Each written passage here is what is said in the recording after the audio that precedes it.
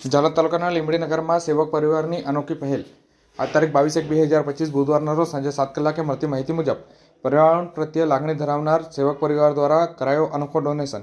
લગ્ન સમયે દંપતીને ચાંદલા વિધિ દરમિયાન આશીર્વાદ રૂપે આપવામાં આવતા રૂપિયાને સમગ્ર રૂપિયા લીંબડી પ્રકૃતિ મંડળ સંસ્થાને આપવામાં આવ્યા. વરરાજા મહર્ષિ સેવક દ્વારા પણ જે લગ્ન સમયે વરરાજા અને વરરાણી એટલે કે દંપતી દ્વારા વૃક્ષારોપણ કરવામાં આવ્યું હતું. પરિવાર દ્વારા 25,000 વૃક્ષારોપણનો સંકલ્પ કરવામાં આવ્યો હતો. ડોનેશન કરાયેલા તમામ રૂપિયાથી લીંબડી નગર સહિત આસપાસના વિસ્તારમાં જે વૃક્ષારોપણ કરવામાં આવશે.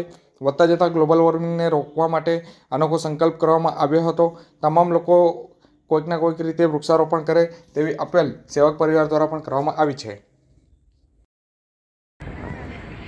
અમે મારા પુત્ર મહર્ષિ અને ઋષિતાના લગ્ન પ્રસંગે જ્યારે શોપિંગની શરૂઆત કરી એના પહેલાં એક પ્રણ લીધો હતો મારી વાઈફે કે 25,000 વૃક્ષોનું વાવેતર કરશે.